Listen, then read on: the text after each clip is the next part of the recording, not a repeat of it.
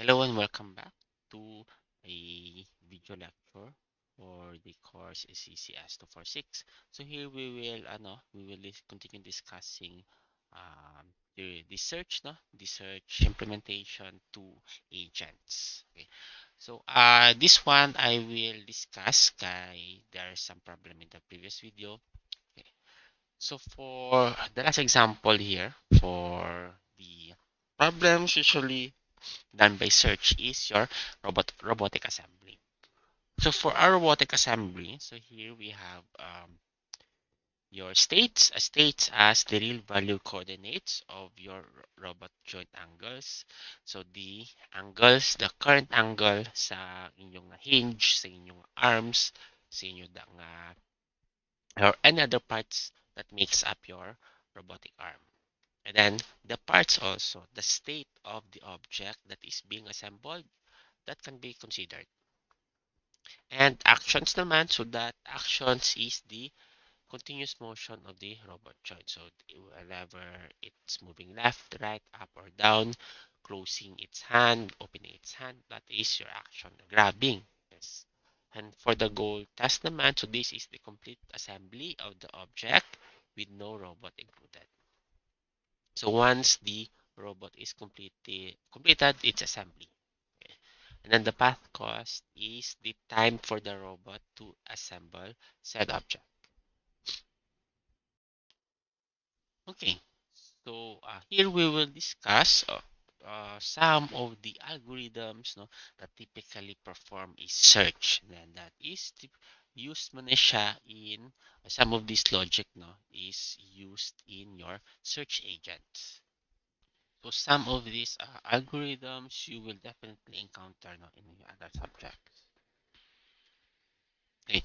But in search algorithms, we have a tree algorithms as tree. So when we say tree, we have roots, we have your branches, your leaves. No? So that is represented. The way agents can represent your world is with the nodes. So we have your root node, we have your leaf nodes. That basically makes up a tree.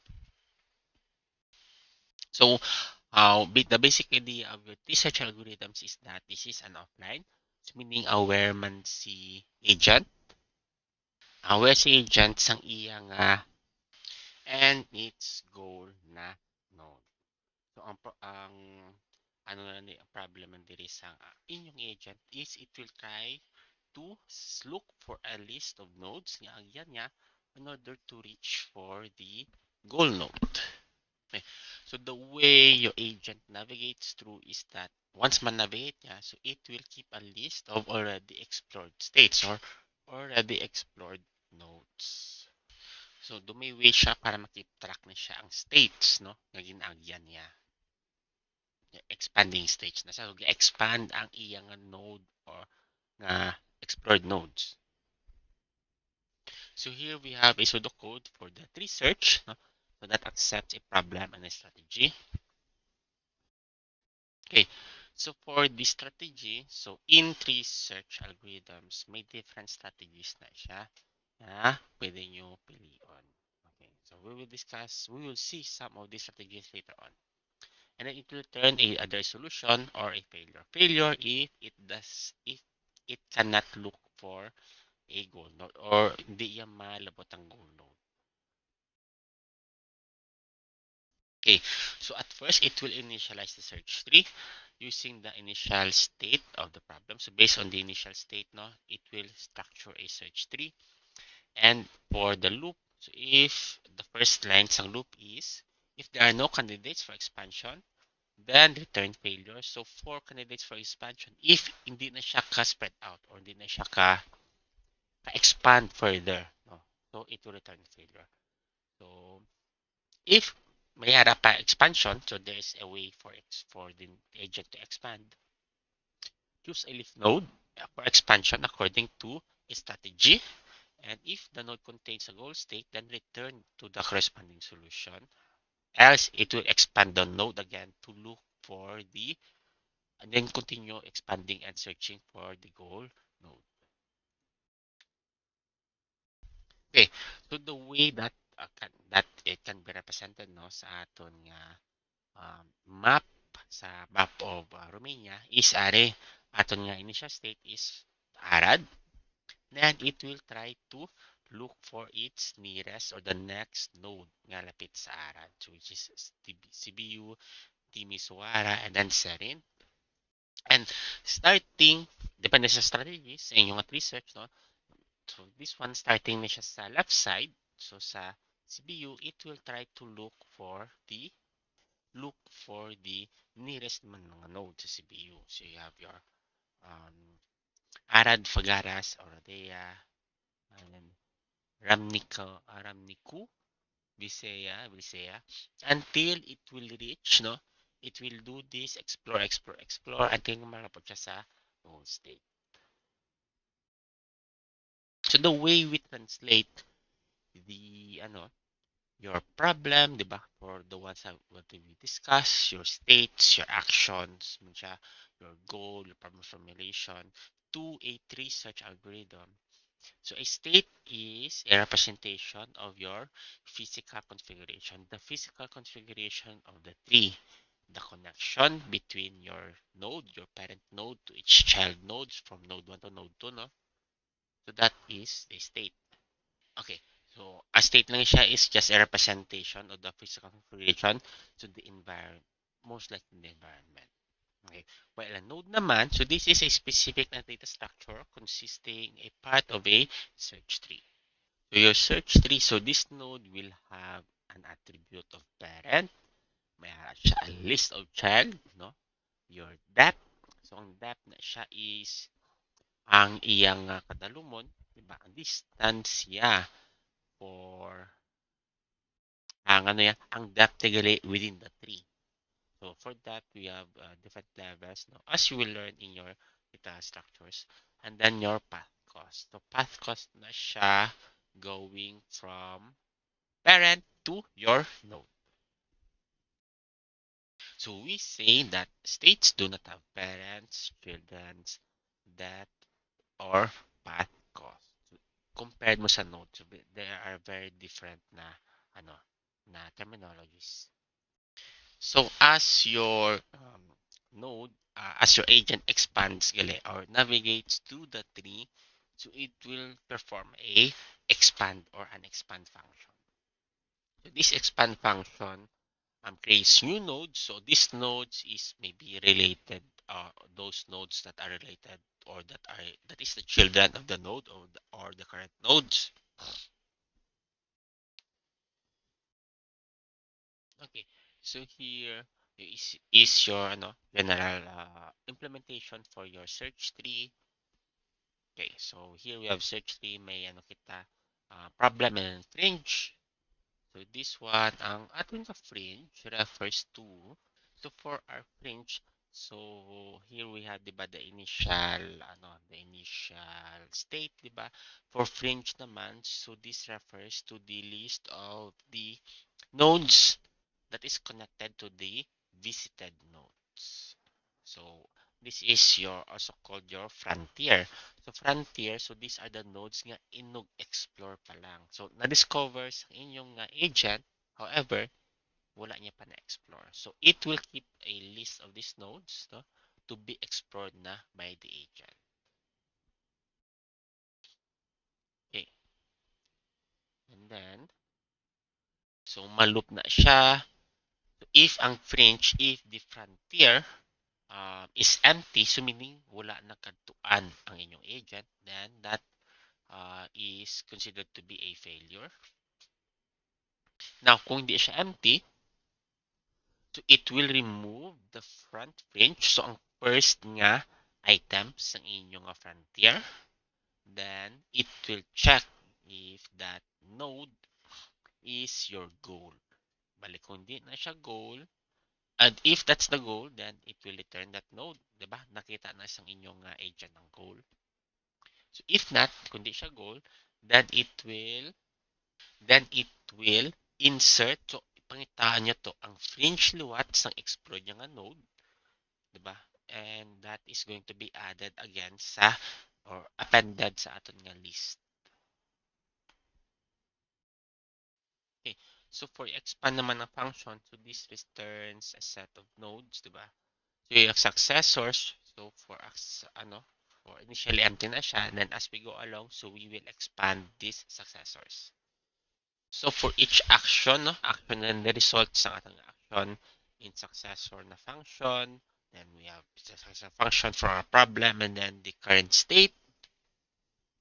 So we get the state siya from the node, and then we determine the parent nodes, the actions, and then the state. So we determine again the path cost that will be the path cost from the node, and then the step cost function from the current node, and if we perform the action, and the new state ng inyong agent. And then as we go deep, no, the depth of the depth that the agent has explored will also increase. So therefore, we'll add this to the list of successors. Successors kay it keeps expanding. So gamit naman siya expand. So as the agent traverse sa dalom, may makita pa siya nga nodes. So when we say strategy naman, so this is defined by picking the order of node expansion. So the way the agent navigates, diba? From one node to another. Okay, so for this one, I will not, no, so I will just leave the information to you na lang. Kay this is going to be discussed man sa inyong district structures. Okay, so let's try to discuss na lang briefly no the different search strategies nga gina-perform or gina-performan within your agent. So first is uninformed strategy. So when we say uninformed strategy, your agent only uses the information available in the problem definition. So there might be information that the agent may encounter as they move along the tree. So the strategies here are your breadth first, uniform cost search, depth first search, depth limited search, and iterative depending search. Okay, so your depth breadth first search is this one is your expand the shallowest unexpanded node. So let me give you a brief viewing of how breadth first search works. So starting from the initial node A, so makato siya sa now siya, then it will check the nodes that is connected to A, so which is B and C. And then the way breadth first search is performed, diba? So once makato siya sa B, kay si A and si B and C, so this is the frontier, no?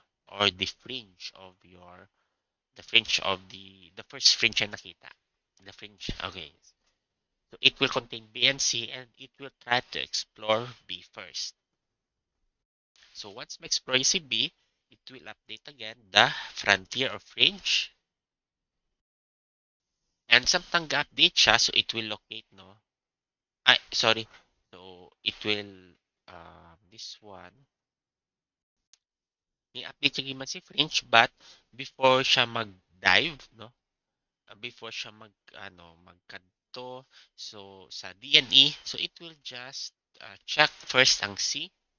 So it will explore first the nodes that are much shallower. So shallower na siya in the sense that it will try to explore first the what do you call the nodes na considered as shallow. So let me so shallower is before siya magano sa D and E. So it will try to explore first, diba, B and C, so which is located on depth 1. The bali C, D, E, F, and G. So this is located on depth 2. Okay, starting from A, kung magkato siya sa B and C, that is depth 1, and then D, E, F, and G, that is depth 2. So again, it will discover first or navigate to the shallow node. Okay. So here be pangitaon niya si node D. So before siya although pagkato niya sa node B, nakita niya, discover niya, na si node D yan it will not explore D without exploring C first.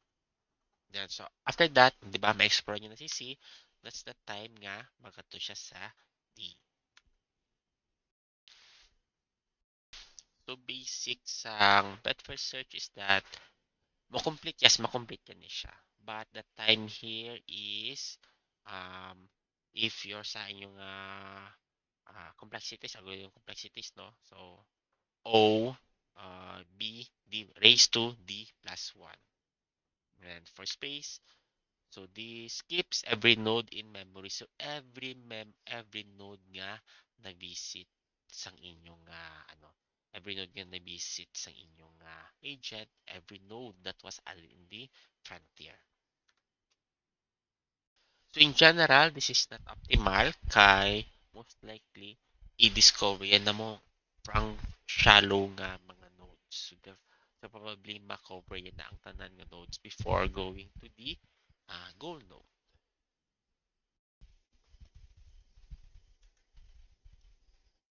Okay, so this one, we have another example of your strategy, your uniform cost search. Okay, so for the technique uniform cost search implements is that it expands the least cost unexpanded node. This one, ano naman siya, wala siya di ba niya shallow, but the least cost na siya. So when navigating from one node to another, di ba, or multiple nodes, it will check first kung din na may pinakanubong nga cost. So, okay na to sa aton nga breadth first, no? So, order ya siya from left to right. So, that's the common way. So, for the fringe naman, for the order sang nodes sa inyong frontier, that is ordered by cost, starting from the lowest. So, equivalent na siya to your breadth first if the step costs are equal.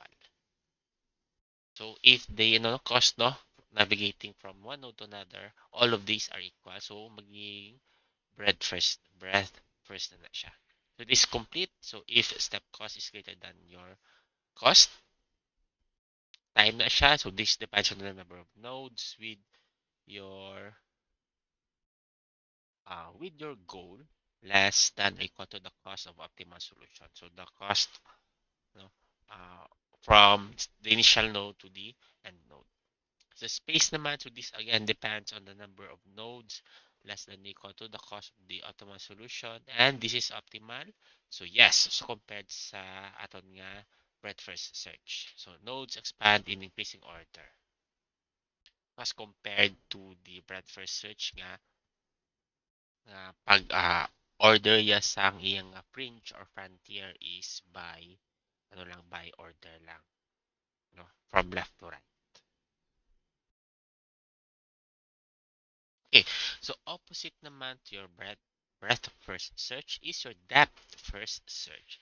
So when you say depth first, dumambata nga gapadalom siya nanay before siya mag-proceed sa next nga node. So gina-explore na yung pinakadalam nga part before siya mag-explore sa next nga part. So dito naman siya mapadalom. So this is an example here, right here. So for fringe siya, niri is last in, first out, no? So we say that in node A, so this is the starting point, makato siya na, so gi-explore ya ang near nga nodes, node A, so we have B and C. Okay, so for B and C, so again, explore niya na si B, but instead of exploring C, kung sa aton nga breadth first search, si depth first search, explore niya na si D.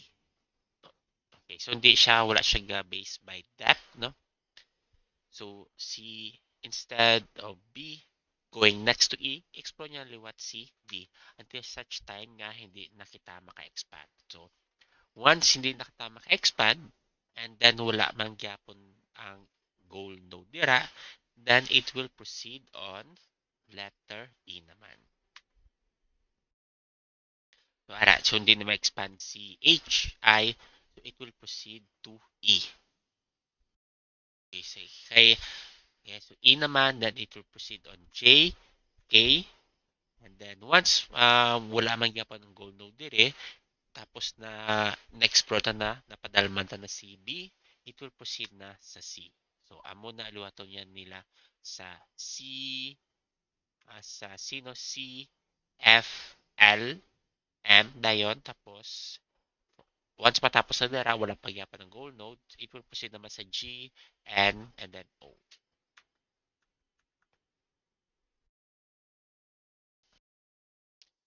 Okay. Okay, so is this other way, pag-navigate plus ang inyong agent sa using the strategy is complete? So no. So this fails on infinite depth spaces or spaces with loops. So modify to avoid repeated states along the path. So there are times nga yung nga tree may mga infinite nga spaces. So there are looping, no? So there are looping nodes. So kung wala ka muna, wala nyo na check na or your strategy or you did not configure that to remember the explored nodes, no? To avoid, we need to modify to avoid repeated states. So that will lead to infinity. But it will be complete once nga ra siya sa finite spaces. Okay.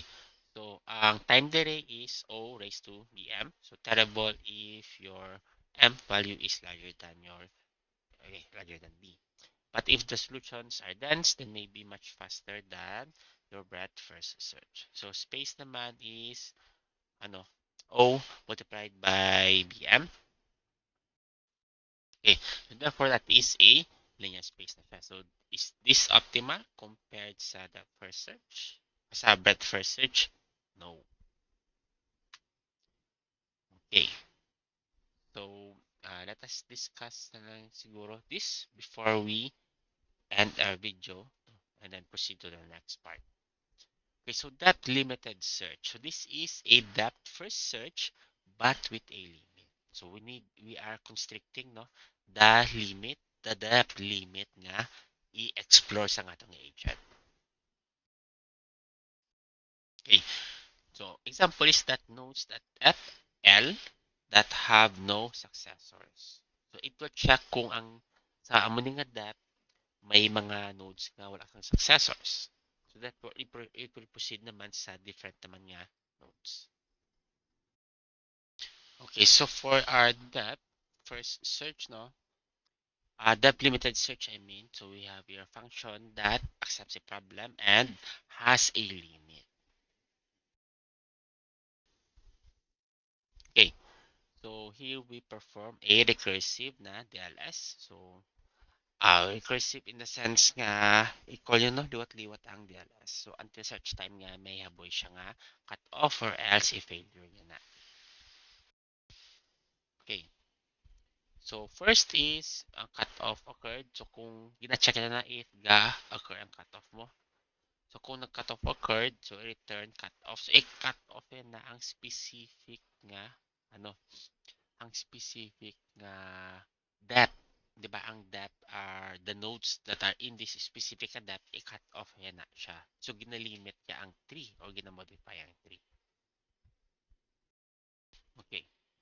So, if goal test, di ba? If we are checking here if the agent has reached the goal node.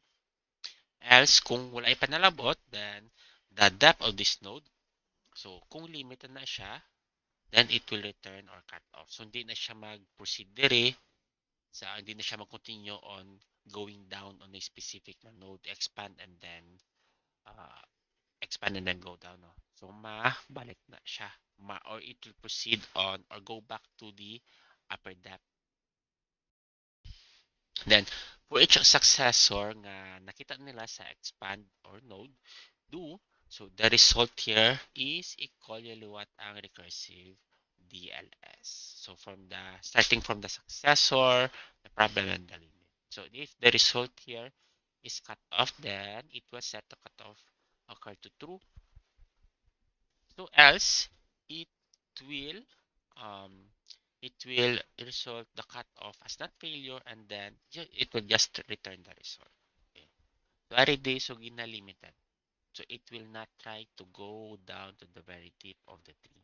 So once malik siyang limit, it will go up, no? I-cut off ito ang whatever. Hindi niya na pag-consider ang nodes under, or hindi na siya mag-expand sa specific nga node dira.